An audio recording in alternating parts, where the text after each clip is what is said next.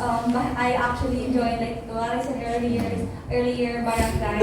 The reason why I actually came from a very simple, poor family, so that's one of the reasons that I keep joining pageants to earn money, to support myself and my family. And the same with Atisa, even though this is just only my first national pageant, but I also feel the same way. The disadvantage that they said that, oh ako na naman, lalo na pag sa isang municipality, halos lahat ng barangay, sinasalihan ko.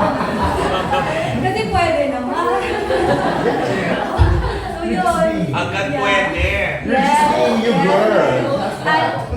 I need money, so the title is also just like a bonus na lang sa akin. Kasi yung gusto ko lang din yung pera to support myself and my family. So that's the disadvantage also if you are like not famous in the national stage, but in my province,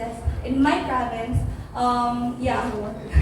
Yeah. She's the one to be there. Yeah, so ganon yung feeling. And the advantage also, especially, I am so proud with my passerella because throughout this Miss Universe Philippines journey, I actually don't have any trainings actually. Yeah, I don't have any trainings, and when we have like runway or yung parang papasok kami na rampa, I am not actually practicing. I'm just actually looking at them. And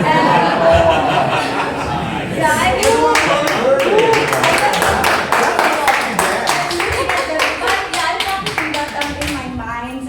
I'm practicing what my steps or routine that I need to do since like hasang-hasa ko na yung sarili ko, lalo na sa pasarela. So yeah, and the negative or the downside of this joining a lot of pageants is that people think that, especially if you actually lose on the other pageant, so they will think na, oh, I'm sure na matatalo to, ganon. And so, that's actually like, it will make me sad and mawawala yung confidence ko.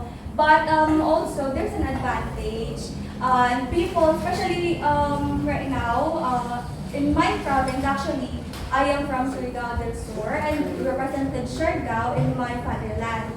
So, sa tinitirahan ko ngayon, ako lang talaga yung first ever candidate na nakasali ng Miss Universe Philippines.